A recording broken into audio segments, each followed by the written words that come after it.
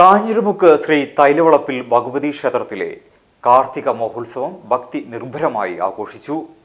പ്രശസ്തമായ ശ്രീ തൈലവളപ്പിൽ ഭഗവതി ക്ഷേത്രത്തിലെ ഈ വർഷത്തെ കാർത്തിക മഹോത്സവം അതിഗംഭീരമായി ആഘോഷിച്ചു.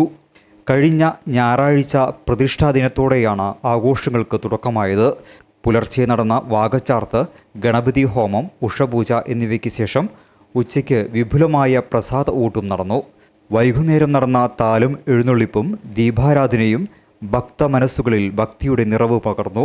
രണ്ടാം ദിനമായ കുംഭഭരണി നാളിൽ ശ്രീ കൊടുങ്ങല്ലൂർക്കാവിൽ നിന്നും പുറപ്പെട്ട താലം എഴുന്നള്ളിപ്പ് വാദ്യമേളങ്ങളുടെ അകമ്പടിയോടെ ക്ഷേത്രത്തിലെത്തി.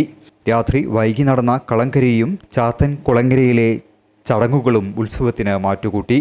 ആഘോഷങ്ങളുടെ സമാപന ദിനമായ ഇന്ന് തോണിക്കടവ് ഭഗവതി ക്ഷേത്രത്തിൽ നിന്നുള്ള താലം എഴുന്നള്ളിപ്പും വിവിധ കമ്മിറ്റികളുടെ വരവുകളും ഉത്സവത്തിന് ആവേശം പകർന്നു. രാത്രിയിൽ അരങ്ങേറിയ തായമ്പകയും കുട്ടികളുടെ കലാപരിപാടികളും ജനശ്രദ്ധയെ ആകർഷിച്ചു. പുലർച്ചെ നടക്കുന്ന പാതിരാ താലത്തോടും കൂട്ടുപടക്കത്തോടും കൂടി ഈ വർഷത്തെ മഹോത്സവത്തിന് ഭക്തി നിർഭരമായ സമാപ്തിയാകും. ക്ഷേത്ര ഭരണസമിതിയുടെയും വിവിധ കമ്മിറ്റികളുടെയും നേതൃത്വത്തിലാണ് ആഘോഷങ്ങൾ ക്രമീകരിച്ചിരിക്കുന്നത്.